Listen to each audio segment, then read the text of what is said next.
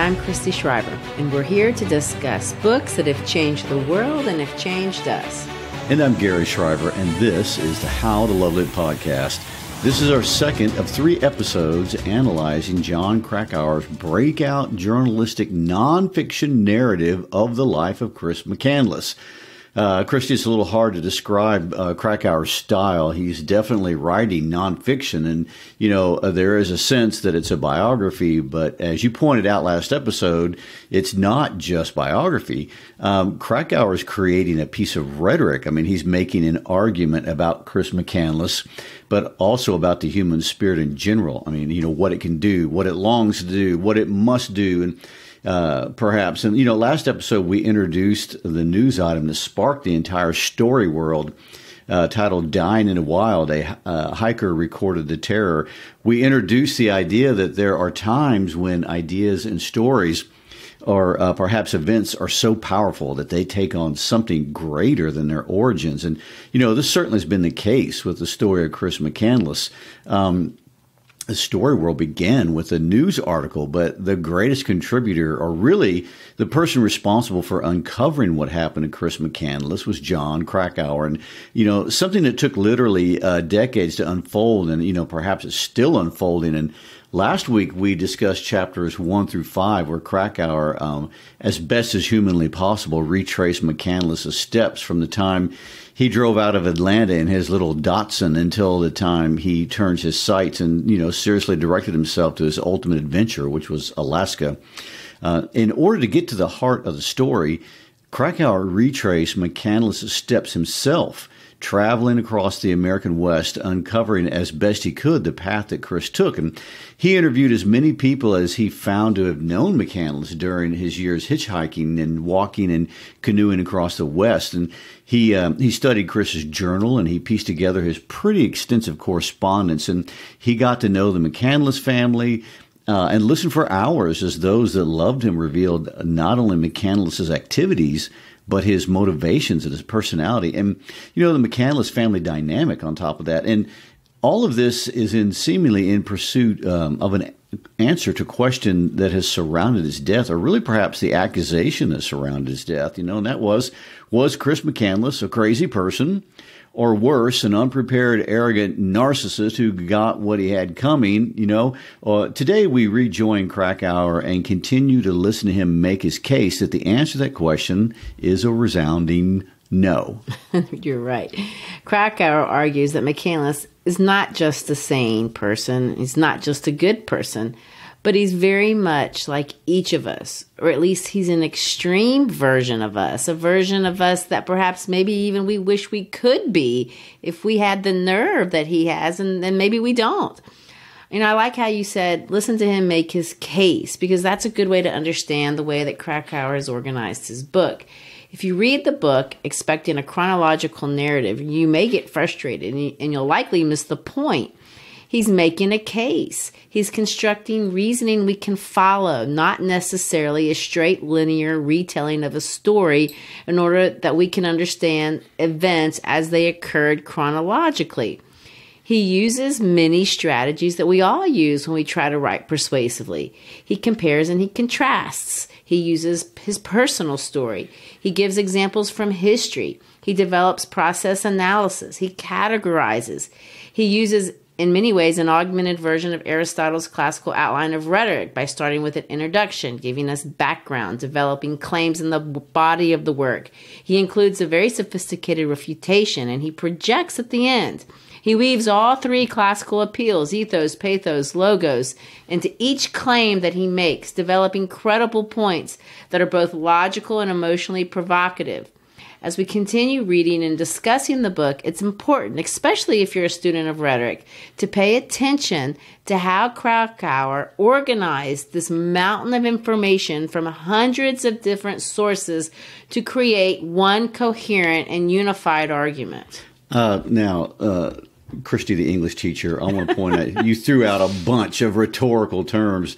Do you think that Krakauer was aware of all those Aristotelian terms, or did he just start writing?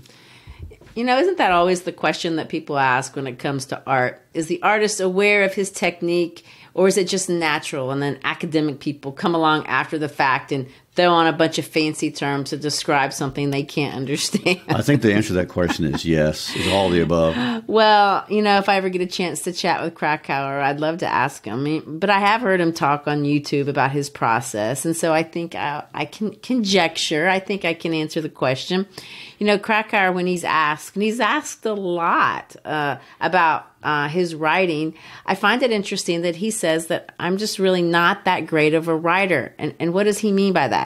He says that, and I'm going to, kind of paraphrase his words. He says when he writes his first drafts, he finds them unreadable. So he doesn't hinge his style on this great ability that he thinks he has to create a clever turn of phrase at the tip of his tongue that would change your mind. What he does well is argument building. He gathers information, he organizes information, he builds claims, and then he lays his ideas out on paper. And after those ideas go on paper, he first reads them and he says, well, maybe it's not pretty. But he does have a sharp ear, and so he revises and he revises and he revises until those ideas sound good to him and he likes what he's written. I heard him say in an interview that sometimes he has to rewrite a single sentence 100 times, if you can believe that. Of course, that's exactly what F. Scott Fitzgerald said about his own writing technique, by the way. Well, I think he's in pretty fine company then if he's doing that, So if he's revising, I guess then he's aware of technique. I would say he probably is. Yes. But of course, in so many schools teach his book, I'm sure he's been asked about how to organize information many times. And in the interview I was just referencing, he said that he wrote his article first, and then when he realized he wanted to turn his article into a book, he took that article and he used that as an outline, and he just expanded the article out, developing the different points that he made in the book or in the article more fully in the book. So let's break that down. What appears to be the way that he's outlined his organization, the argument in the book. So first, it starts with chapter 1. Of course, that's going to be his introduction. And he chooses to introduce us to his main character through this person of Jim Gallion. And it's through Gallion's eyes that we watch Chris walk into the wild. Chapter 2 gives us a little background material on the area. We learn about the Stampede Trail and Denali National Park, and we meet the group of hunters who discover McCandless' body. We know from the beginning that Chris McCandless walks into the wild, but will not walk out of it. In chapter 3 through 5, we began to retrace McCandless' steps, starting with Krakauer's visit to Carthage, South Dakota, the last place McCandless really settled down before heading to Alaska. But after that, Krakauer will flash back to McCandless' college days in Atlanta and move us through his adventures somewhat chronologically. We meet people who were important to McCandless and with whom McCandless maintained a relationship while on the road, something that he did not do with his family, by the way. We meet Wayne Westerberg and Jan Burris and Charlie. We explore the Mojave Desert, the Colorado River, Bullhead City, and the Slabs. All of this in service of Krakauer's first point. Chris McCandless had a pattern and a plan, an informed central vision. He was not a vagrant loafing aimlessly on the earth, although it could have looked like that from time to time. Chris would push his body physically to the extreme. He would seek extreme environments, and he would find his breaking point, and then he would just kind of pull back. Krakauer demonstrates at least 3 times where he can document McCandless doing just that. This was not the action, or these were not really the actions of a madman, but this is a man with a mission, a stated mission. The mission to prepare his body, his spirit, and his mind for what he considers to be the ultimate frontier, Alaska. And Alaska is not just Alaska for Alaska's sake.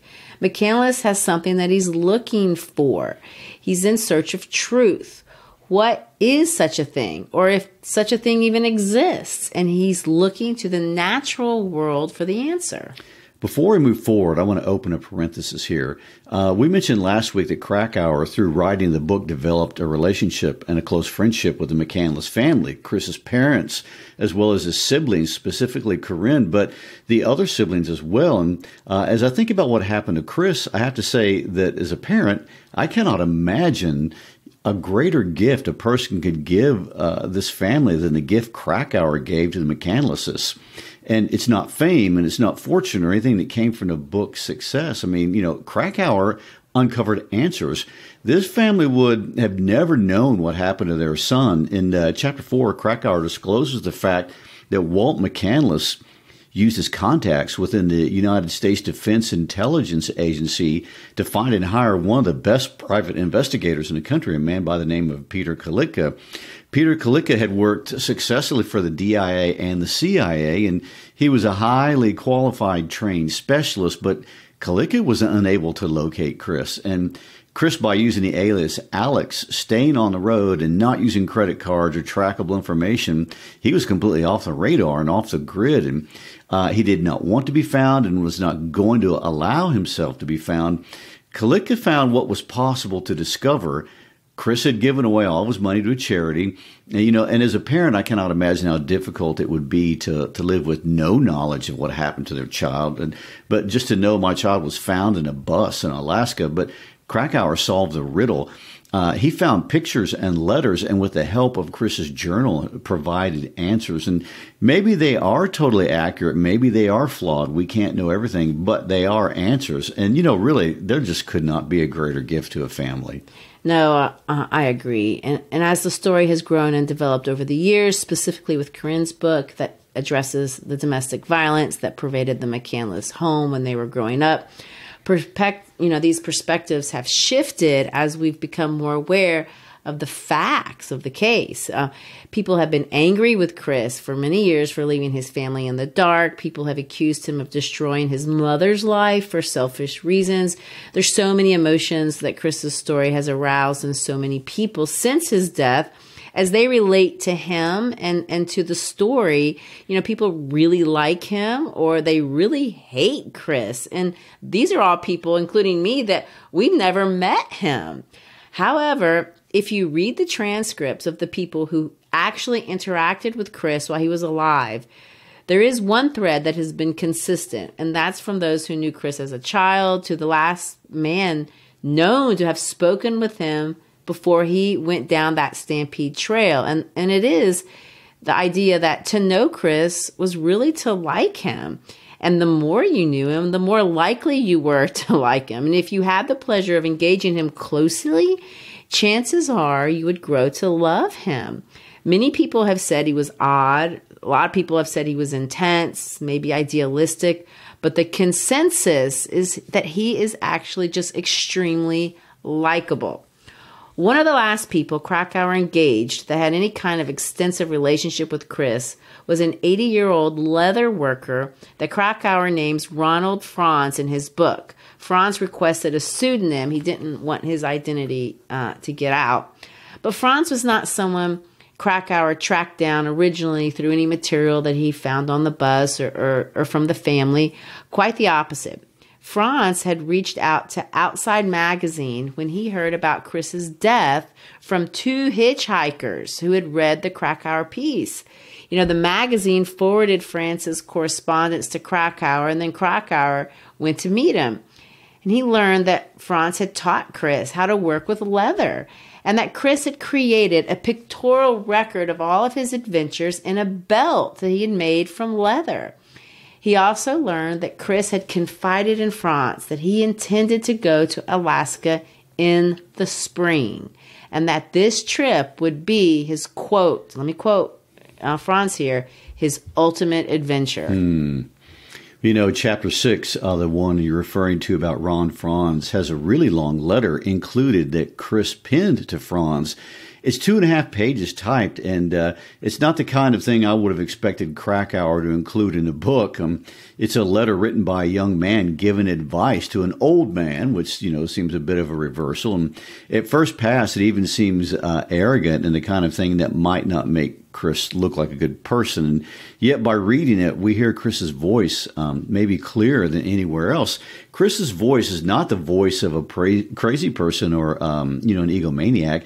It's also not the voice of a person who's fleeing or trying to hide. It's really the voice of youth, the voice of a young man who is running towards something and searching. And He's searching for something that we all search for, which is meaning and truth. And it is Chris's contention that he will find truth through engagement with the natural world. It's not a crazy proposition. It's actually a very natural part of being young. And, that's why we have so many books and movies about young people going on adventures. I mean, it's archetypal almost. And in a sense, what he's doing is an act of humility. It's a confession that there are things that I just don't know, but I don't want to leave this earth without knowing them, or at least pursuing them. To me, it's the opposite of complacency, which is a direction that some people, young people, will go. Well, and now since we understand how deceptive a home life he had and how his parents were intent on painting a picture for the world of a false reality that they really weren't living, it makes sense that he would be suspicious of finding truth in people and how they presented themselves. Let's read a little excerpt from the letter so we can hear his voice.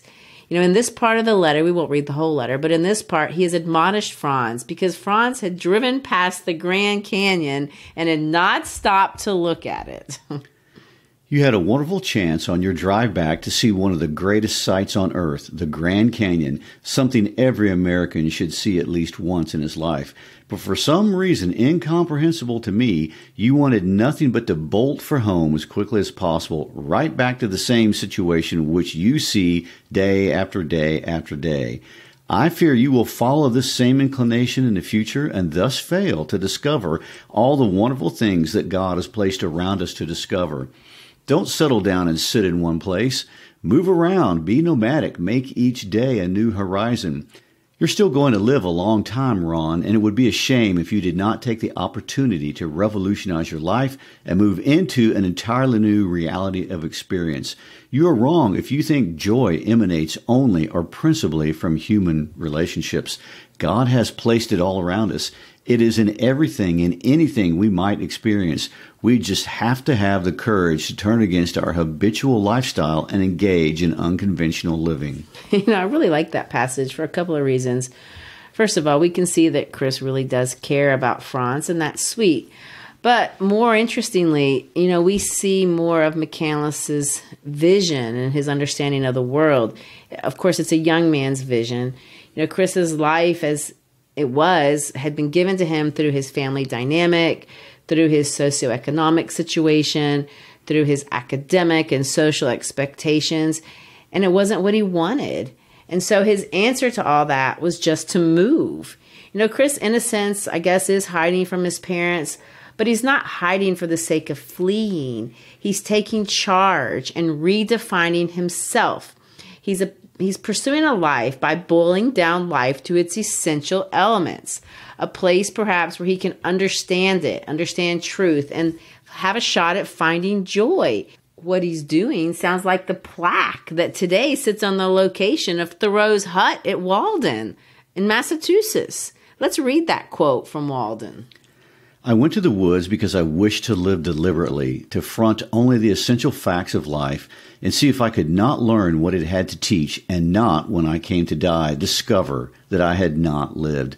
I did not wish to live what was not life. Living is so dear, nor did I wish to practice resignation, unless it was quite necessary. I wanted to live deep and suck out all the marrow of life, to live so sturdily and Spartan-like as to put to rout all that was not life, to cut a broad swath and shave close, to drive life into a corner and reduce it to its lowest terms. Some might say this is a very nuanced description of the same thing that Chris just said. Venturing out for a time in order to live more fully. It's a much more noble calling than a simple lunatic's desire to live off wild berries and sleep under stars because you don't want to take responsibility for your own existence. It's actually the opposite. Well, I think it also shows that McCandless had been reading Thoreau's Walden maybe a little bit.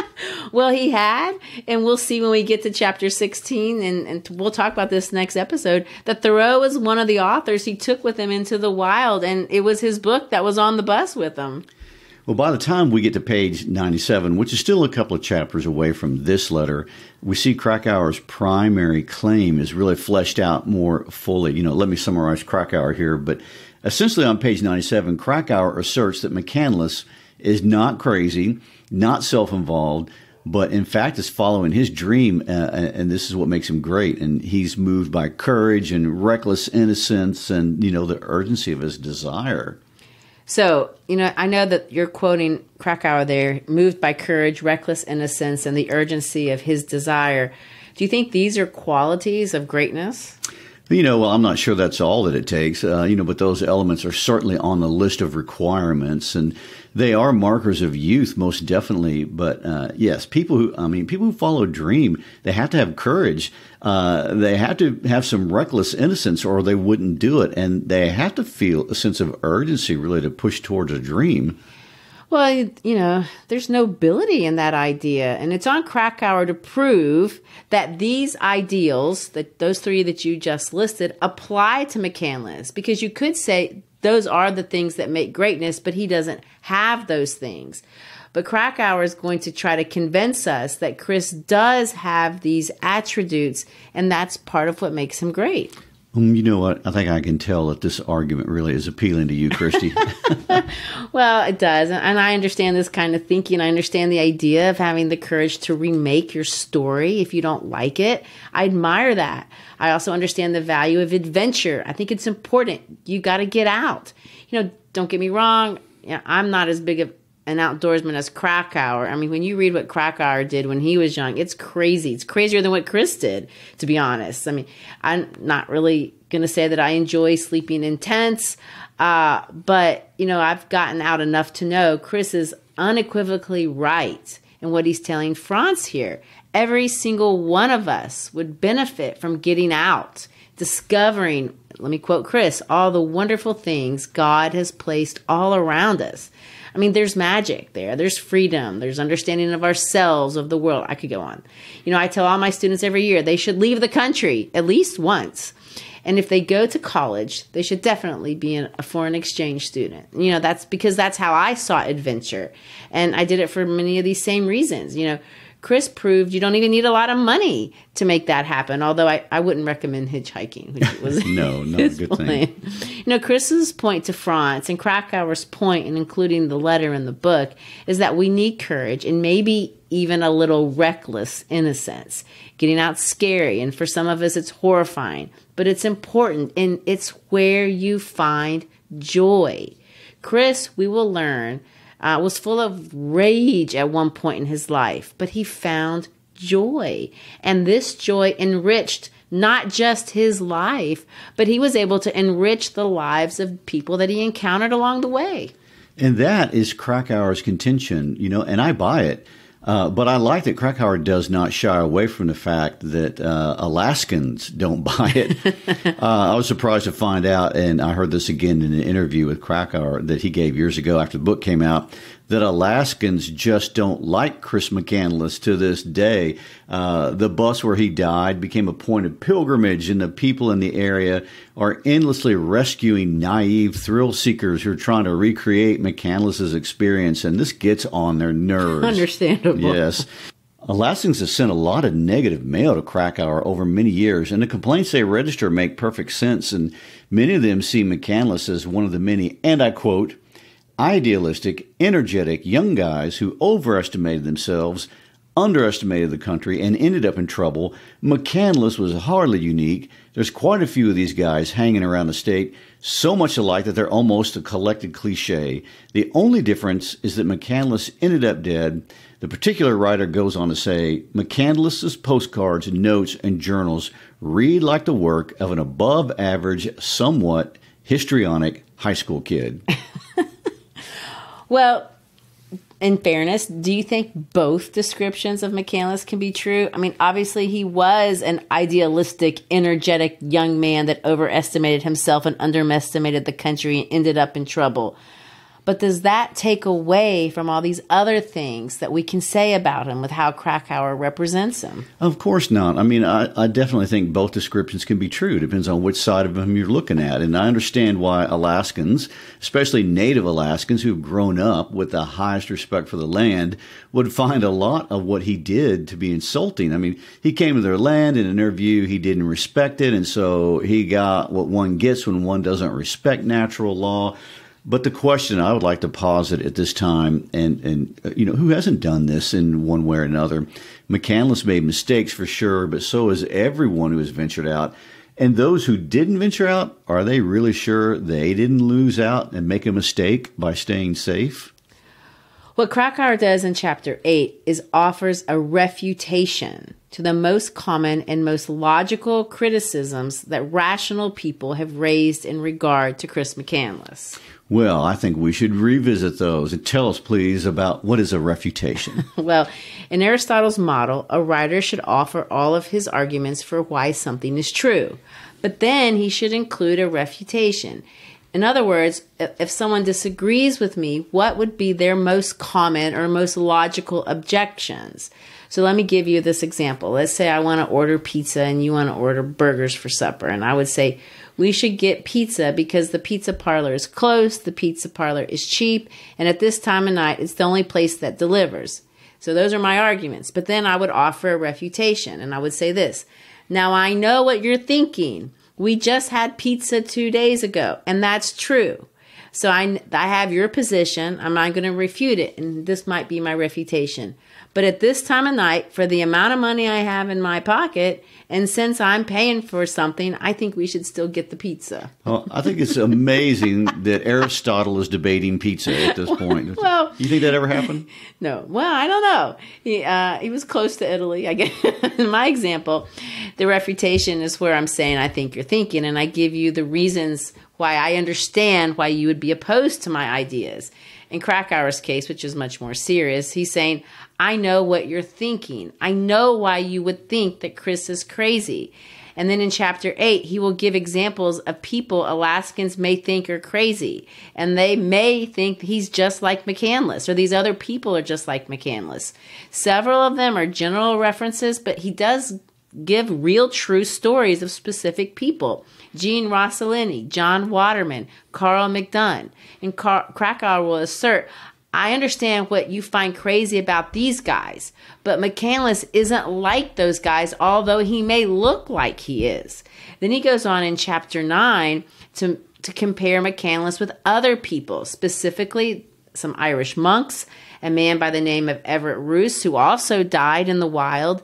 And Krakauer is going to say, Chris is more like these guys, and these guys are demonstrably brave, they're recklessly innocent, and they're driven. He's going to say these are two separate groups of people. They're not the same thing. Well, I agree. These two groups of people are not the same. And so now, in light of these examples, we're going to take a look at Chris's life again. Is he like one of the men in Chapter 8 who were kind of crazy? Or is he more like the brave and daring monks of Chapter 9? And to do that, after Krakauer introduces these other characters, he's going to jump back into Chris's life before Alaska. Chapter 11 starts with a quote that's taken from Dr. Zhivago, and Dr. Zhivago was one of the books found with Chris McCandless's remains. The quote that starts the chapter is a quote that was highlighted, and right beside the highlighted portion in Chris's handwriting was the phrase, need for a purpose, which is interesting. Let's read the quote that Chris highlighted. Everything had changed suddenly, the tone, the moral climate. You didn't know what to think, whom to listen to, as if all your life had been led by the hand like a small child, and suddenly you were on your own. You had to learn to walk by yourself. There was no one around, neither family nor people whose judgment you respected. At such a time, you felt that need of committing yourself to something absolute, life or truth or beauty, of being ruled by it in place of the man-made rules that had been discarded. You needed to surrender to some such ultimate purpose, more fully, more unreservedly than you had ever done in the old familiar peaceful days. The old life that was not abolished and gone for good. So, Christy, let's talk about why Krakauer uses this quote to introduce Chapter 11, the chapter about Chris's childhood. Well, you're the psychology teacher. I mean, what are your thoughts? Of course, we mentioned it before, but when Krakauer researched the book, Corinne entrusted letters Chris had written to her over the years. And these letters were rough, and many of them enumerated instances and described examples of domestic violence that Chris and Corinne experienced as children. Corinne did not want Krakauer to reference any of this in his book because these kinds of revelations would be embarrassing, especially for her parents. And Chris hadn't been dead very long at that time, and she just didn't want that kind of tension. It's understandable in her own family dynamic. She wanted to preserve, maybe even repair her relationship with her parents. So, but knowing that bit of information now, sometimes that colors the way we read chapter 11. We know when Krakauer says that Walt McCandless is a dark and mercurial man with a famously volatile temper, we know what that means, that maybe he's even downplaying the situation. These were very carefully selected words for a purpose. Well, true. And these words certainly don't condemn Walt McCandless as a child abuser. I mean, it's extremely respectful of Krakauer to allow Corinne to tell her story her way, in her words and in her time, but even leaving out the part of the abuse. I mean, there's enough in this chapter to allow most people to understand that Chris was justified in being angry with not just his father, but also with his mother. His father was a bigamist by any definition of the word. He maintained one family in wealth, that would be Chris and Corinne and her mother, and the other family in abject poverty. And, you know, Walt demanded from his son excellence in everything, and Chris tried to give it to him. And Chris was a successful student, a successful athlete, a successful musician. He was an entrepreneur. He pushed himself in every way, including morally. I mean, he fed beggars. He talked to prostitutes. He offered suggestions to help them get out of a lifestyle they felt trapped in. And one time, he even brought a homeless person home to live in their Airstream in the garage, all without telling his parents. You know, when Chris found out that his father had a secret family, that he had siblings from the other family that were younger than he was, and that his mother was a part of this, he viewed his entire life, and let's quote Chris here, his entire childhood seemed like a fiction. You know, these kinds of revelations are more than just injuries that make children rage. They are disorienting to the child for their whole meaning of their existence in this life. And, you know, Chris understandably did not know who he was. I know it's not the same thing, but in some ways it kind of reminds me of some of the things Frederick Douglass says when he talks about, you know, how disorienting it was for him to not know who his father was. Well, you know, these two men do have something in common. They both set out to redefine themselves by defining freedom and truth. And, you know, the difference is Douglass always knew that he didn't know who his father was. But in McCandless's case, he thought he knew who his parents were. And then all of that was deconstructed right in front of his eyes. And what is even worse, you know, when kids find out things about their parents that are disturbing, for example, I mean, if you find out your parent has a mental illness or has done something atrocious, the natural thought is, and perhaps the very first thought of the child is, am I like that? Is that in me too? Because I'm 50% of that parent. So are you saying Krakauer is creating a picture of Chris McCandless, who in Alaska is trying to, quote, find himself? No, not exactly. I don't think that's it at all, although there's definitely evidence that he was pushing himself to see where his limits were. I think the most accurate way to describe what I see Chris McCandless doing is trying to reinvent himself. And let's quote Thoreau, a philosopher that we know Chris was reading. I learned this, at least by my experiment, that if one advances confidently in the direction of his dreams and endeavors to live the life which he has imagined, he will meet with a success unexpected in common hours. Well, McCandless was young, and part of that is reflected in his choices for physical challenges, and physical risks sometimes end up in accidents. And this is where Jon Krakauer came to identify with Chris McCandless, and this is where we will start next episode. Because in chapters 14 and 15, Krakauer tells the story of his youth. And he went to Alaska, and he did, some would say, a very similar thing. I would say he did a more dangerous thing.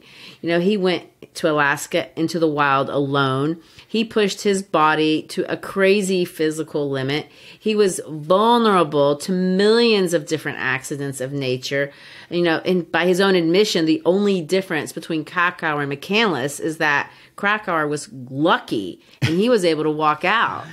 You know, if I think about my youth, I would have to admit I took my share of chances, and some of them could have been just as lethal as McCandless's. It's amazing any of us make it. Well, I know. And in my case, for less noble reasons, Yes. for sure.